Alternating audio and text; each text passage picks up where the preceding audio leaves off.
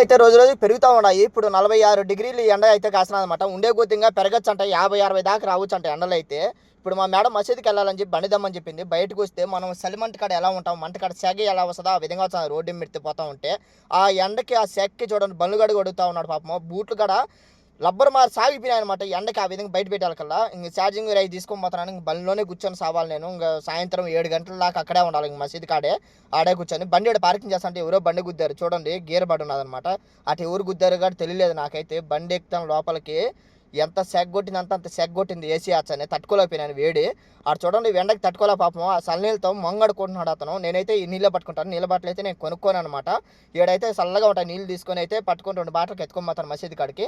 ఇంక మసీదు కాడ బండి పెట్టుకొని ఇంక ఆడే కూర్చొని ఉంటాను. మా మేడం అయితే దింపేశాను ఈ మసీదులో. ఇక్కడ మసీదు వచ్చి ఫిర్దౌస్ అనమాట.